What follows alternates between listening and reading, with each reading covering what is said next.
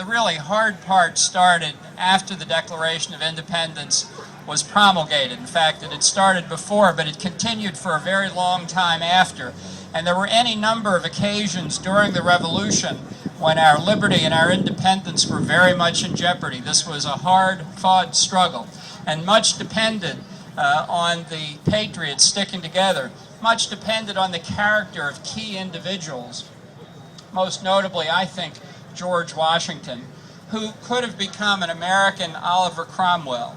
He could have taken the Continental Army and marched it to Philadelphia on any number of occasions when the Continental Congress wouldn't pay his soldiers' salary, and could have taken control of the country itself. But he didn't, because he believed in American liberty. One of the most famous scenes in the war, not really taught in our schools, was in 1783, after the Battle of Yorktown, when Congress was still not paying our soldiers' salaries, and many of them wanted to march on Philadelphia. Washington called a meeting of his officers in Newburgh and basically argued, I've been with you through the whole Revolutionary War, and we did this to gain our independence and to gain our liberty, not to set ourselves up in power. And he wanted to read a letter to his officers from a member of the Continental Congress, but he had trouble reading the handwriting, and so he reached into his vest to take out his spectacles. And you know, back in those days, real men didn't wear glasses because it was a sign of age or weakness. And he had kept from his officers the entire war the fact that he wore glasses, but he pulled the spectacles out and he said, "Gentlemen, you must pardon me. I have grown gray in your service and now find myself growing blind." And those battle-hardened veterans at that point began to weep because they knew the sacrifices that Washington had made. And that was the end of the threat to our liberties because of George Washington's character. And in fact, a few years later, when King George III asked, well, what will Washington do? Will he become king, or will he stay head of the army? And George III was told, Washington has gone back to Mount Vernon. He doesn't want anything. And the king was so speechless that anybody could give up power like that. He said, referring to George Washington, our former king and former adversary, said, if he does that, he will be the greatest man in the world.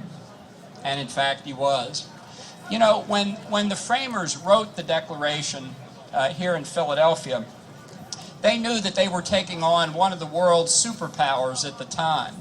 And what was it that they realized that by declaring independence they were really doing? What was the first main responsibility that would come to the governments after independence? And they said in the Declaration itself, in the very last paragraph, right after they said, we are and of right ought to be free and independent states, they said this: as free and independent states, they have the full power to levy war, conclude peace, contract alliances, establish commerce, and do all other acts and things which independent states may have right to. The first thing they recognized was that their defense and their security was the responsibility that they had undertaken. And indeed, that's why I think we should understand even today that national security issues are key to our independence, our freedom, and our peace and security. Independence to preserve our constitutional system, freedom against foreign economic domination, and peace and security by protecting our country against threats like terrorism and nuclear proliferation. Now, foreign policy and national security unfold very differently than domestic policy. As Humphrey Bogart once said in Casablanca, it seems that destiny has taken a hand. Things happen to us that we don't necessarily foresee. 9/11 is the most tragic recent example. But what we need to worry about now is leadership in our country that doesn't care about national security, that doesn't have national security as a priority, as every American president since Franklin Roosevelt has, of leadership that doesn't think the world is terribly challenging or threatening to American interests, that's not concerned about the war against the terrorists, that thinks that Iran is a tiny country, that thinks that American decline is natural and inevitable, and whose answers to these problems is multilateralism, is putting our faith in the United Nations, putting our faith in international law. Now, we are confronted with this. We're going to have to deal with it. And I think one place to start is to make it clear to the leadership in Washington that we believe that here on earth there is no higher authority than the U.S. Constitution.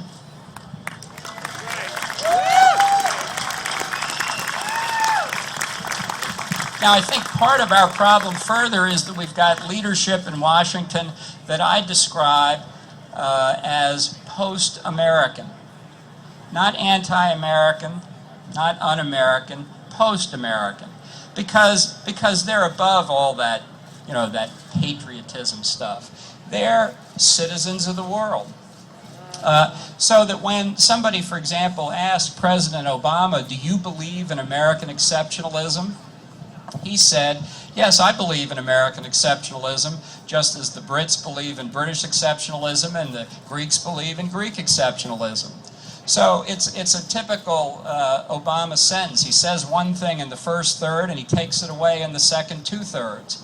There are 192 countries in the United Nations. He could have gone on, just as the Papua New Guineans believe in Papua New Guinean exceptionalism, just as the Burkina Fasosians believe in Burkina Faso exceptionalism. I mean, look, if 192 countries are exceptional, nobody's exceptional. And that is not where our country is. It's not what the overwhelming number of Americans believe. And the right response is not doing nothing. The right response is not isolationism, because the problems are going to come to us whether we like it or not. But nor is the right response multilateralism. The right response is protecting American interest. And that's why I think the theme today of energy independence is so important. I can't think of an issue that better embodies the relationship, the critical relationship between foreign and defense policy and domestic policy. Look at the interrelationships between the two when it comes to energy. When we have turmoil in the Middle East or other oil-producing regions, when the American president doesn't have a policy to deal with these threats to our vital national interest, the price of oil rises. And you see it every time you go to the gas station to fill up your car.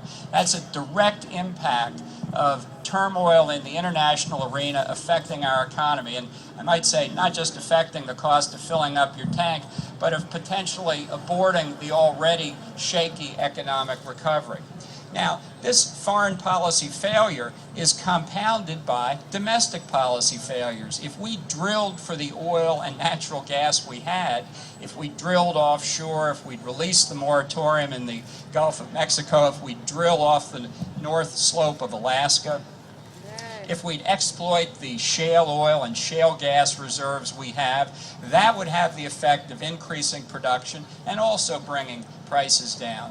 But the president doesn't want to do that. I don't know what he's saving it for. I don't know why. You cut your mic off. Switch mic. Hello? Yeah. I don't know why he prefers to pay money to our adversaries around the world, but apparently that's his policy. And the result is that we're paying higher energy prices here at home. We don't have adequate supplies. We're not developing the infrastructure for the future. We're not looking at the potential not to have all of our energy produced only here, but not to be at the mercy of energy producers overseas. So, we should ask, what is the president doing in the Middle East? We see real threats to American interests there. The threat of international terrorism continues. The country of Iran is getting perilously close to something it's sought for 20 years, and that's a deliverable nuclear weapons capability. Once Iran gets nuclear weapons, it will threaten our friends and allies in the region. It will threaten a nuclear holocaust of the state of Israel. It will threaten our Arab neighbors. who produce the oil and natural gas that we need. It will threaten the United States because of the potential that Iran would supply nuclear weapons to terrorist groups. Now, this is a direct threat to the United States. It has a clear impact on the oil-producing Arab countries of the region. It reflects Iran's desire for hegemony within Islam and in the region, and the impact that could have on oil and gas prices here at home, as well as the threat of terrorism worldwide. It constitutes an existential threat to Israel. So in the face of this threat, for 2.5 years, in the face of this threat, what has been the Obama administration's priority in the Middle East? What has the Obama administration focused hours and hours of time and attention on? Answer: Israeli construction of apartments in the suburbs of Jerusalem. As if that is the real source of instability in the Middle East. This is the sort of policy error that is not an abstraction to average Americans. It's not some distant issue that they don't care about. It directly affects our lives on a daily basis. And it affects us as we look at a range of other policies in the domestic arena as well. You know, the flip side of energy policy is environmental policy. If you're so concerned about the environment that, as a columnist in the New York Times wrote this week, you're worried about your barbecue today, then you know you've got a problem. And we can see with many of the theories that the Obama administration has how our policies are continually being distorted. Take the theory, for example, of global warming. Now, I have to tell you, I'm not a scientist. I don't know whether there's global warming or not. I don't know if there is global warming, it's man-made, and I don't know if there is global warming and it's man-made that it's necessarily a bad thing. But I'll tell you this, the policies that the people who are concerned about global warming advocate result in less liberty for Americans. That's their bottom line. The reason being, you see, is that you basically can't be trusted with making decisions about your own well-being. You're going to make the wrong decisions.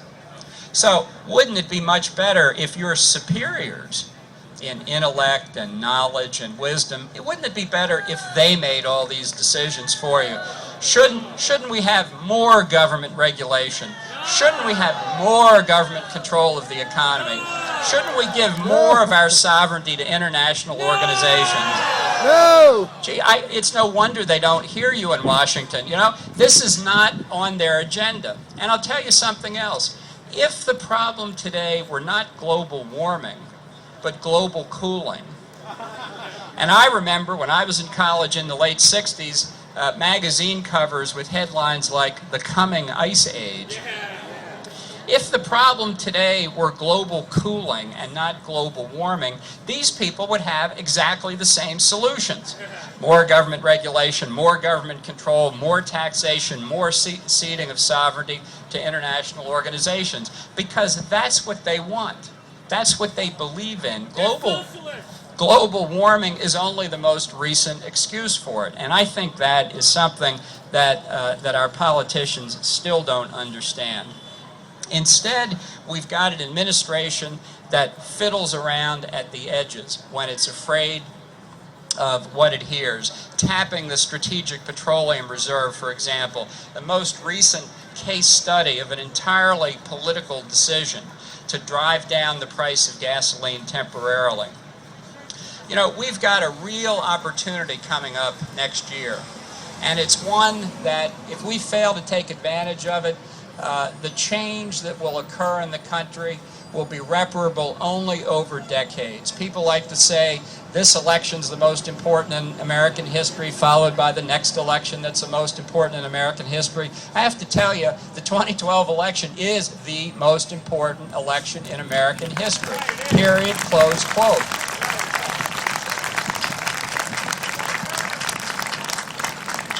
And this is not the time for members of the Tea Party to become discouraged. I can understand why you look at what's been happening in Washington the past 6 months and you say we had this great election in 2010, we threw a lot of incumbents out and we still can't get anything done in Washington. And it's true, it's because we haven't thrown enough of the incumbents out yet. That's right. Get them all out. Throw them out. All of them. And so they are counting on you to become discouraged. They're counting on you to get involved in internal bickering. They're counting on you not to do what you did in 2010. And that is exactly the wrong message. And it's important as we look at this upcoming election, as critical as domestic issues are, obviously as critical all of us as the economic recovery is, to remember that our adversaries around the world are not waiting for us to get our economic house in order. In fact, they see our continued weakness simply as another occasion to take advantage of us. So I feel very strongly that over the next year and a half, we need to make clear on foreign and defense policy how strongly the American people believe that we do not accept an America that is weak and declining. Right.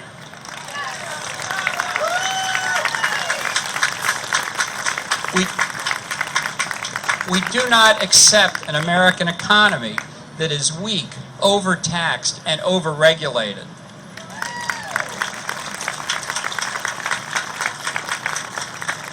We do not accept an American military that is weak, underfunded, and poorly equipped.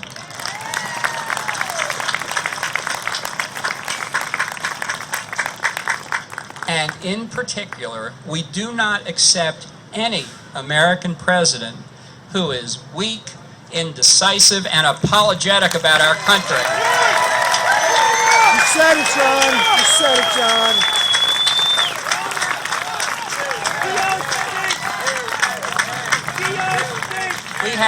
We have a very simple objective here. We want to protect America's friends and our interests around the world. And you know, there's no better way to sum this up than to quote John Quincy Adams when he was Secretary of State on the 4th of July, 1821, 190 years ago.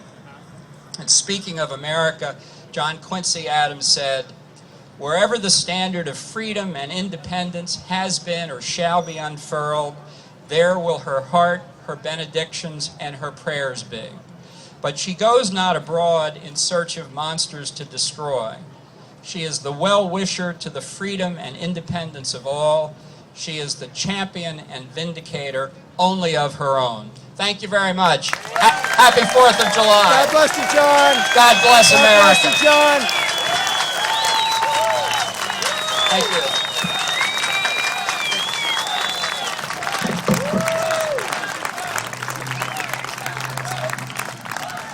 Person has the sign, "Drill, baby, drill, but only in Brazil." So please also meet us over there. I watch you on Fox we all would the have a time. little John, it's an honor and pleasure. I guess we have Long to time. say for you.